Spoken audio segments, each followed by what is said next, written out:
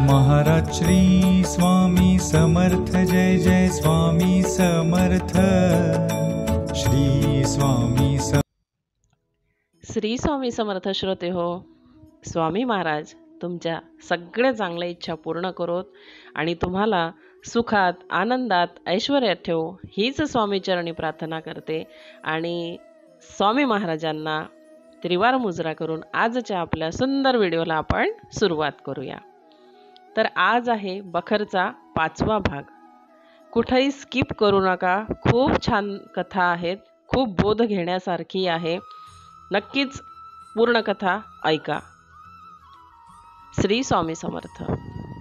वाईकर ब्राह्मणाची गोष्ट। श्री क्षेत्र वाई येथील एक ब्राह्मण गाणगापुरात सेवा करण्यास राहिला होता।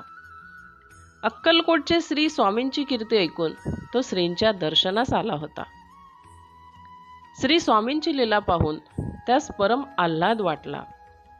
एके दिवशी ब्राह्मण श्री स्वामी सन्निध्य बसला असता त्यांनी स्वामींना विचारले, आम्हाला एका व्यक्तीने फसवलेला आहे।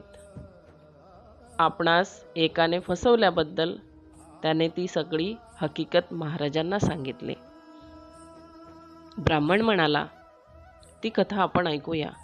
ब्राह्मण म्हणाला, काही दिवसांपूर्वी वाईस एक अनुष्ठायी बुवा आला होता। अनुष्ठानाची समाप्ती करून श्री दत्त पित्यर्थ ब्राह्मण भोजन घालण्याचा त्यांनी बेत केला। त्यांच्याजवळ पैसे नव्हते। आपणाजवळून त्याने समाराधनेबद्दल 25 रुपये घेतले। आपली हुंडी 1-2 दिवसात येणार आहे, आल्यावर रुपयांची फेड नक्कीच करतो, असे तो म्हणाला होता। दुसरे दिवशी समाराधना वगैरे यथासांग झाल्यावर रात्री ब्राह्मणाने पोबारा केला, माझे गरिबाचे पैसे बुडवले। ब्राह्मण आणखी म्हणाला, महाराज मी आपल्या नावावर रुपये दिले, त्याची अशी व्यवस्था व्हावी काय? महाराजांनी उत्तर दिले नाही, पण दर्शनाकरता पुष्कळ लोकांची तेथे गर्दी जमली होती। त्यापैकी एका गृहस्थाकडे बोट दाखवले। महाराज काय दाखवतायत ते पाहण्यास ब्राह्मण मागे वळून पाहू लागला। बघतो तर काय, विलक्षण चमत्कारच झाला। ज्या ब्राह्मणाने त्यांना फसवले होते तोच ब्राह्मण त्यांच्या मागे उभा होता।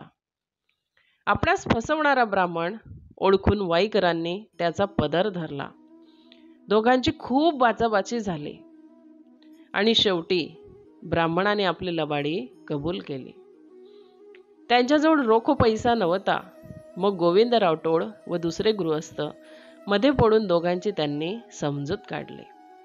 ब्राह्मणाजवळ सकलातीची मोठी टोपी, गुरुचरित्राची पोथी व नाशिकचा तांब्या पेला वगैरे जिन्सा होत्या। त्या वाईकर ब्राह्मणास देऊन त्याची समजूत केली। नंतर वाईकराने महाराजांना अशी प्रार्थना केली की आपल्या कृपेने माझे जे रुपये मला मिळाले आहे त्याचे मी काय करू?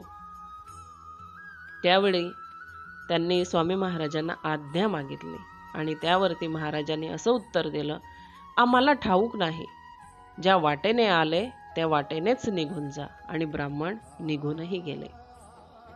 बघा श्रोते हो, एखादा सेवेकरी जर त्याच्या फक्त स्वार्थापोटी जर स्वामींच्या जवळ आला असेल तर स्वामी त्याला त्याचं देऊन लवकरात त्यांच्या मार्गाला लावतात।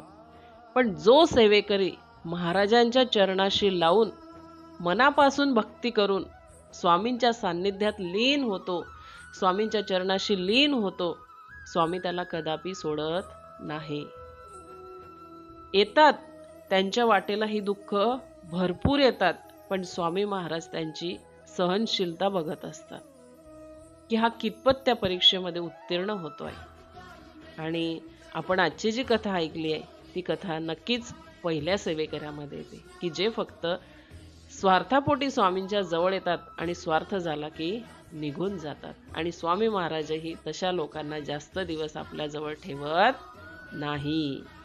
म्हणून नक्कीच पुढचे येणारेही भाग तुम्ही नक्कीच ऐकत राहा, कमेंट्स करत राहा, जेणेकरून मलाही तुमच्याकडून मिळणारा प्रतिसाद जो आहे त्याच्याबद्दल मलाही खूप काही वाटतं. मी पण मोटिवेट होते की चला मला काहीतरी माझ्या यूट्यूब फॅमिलीसाठी मला करायचं आहे. माझ्या स्वामींनी जे माझ्यावरती सोपवलेलं आहे ते कार्य मला पूर्ण करायचं आहे. तर नक्कीच श्रोते हो, कमेंट्समध्ये तुम्हाला नाही काही लिहिता आलं तर फक्त श्री स्वामी समर्थ तरी लिहा, एवढीच अपेक्षा करते.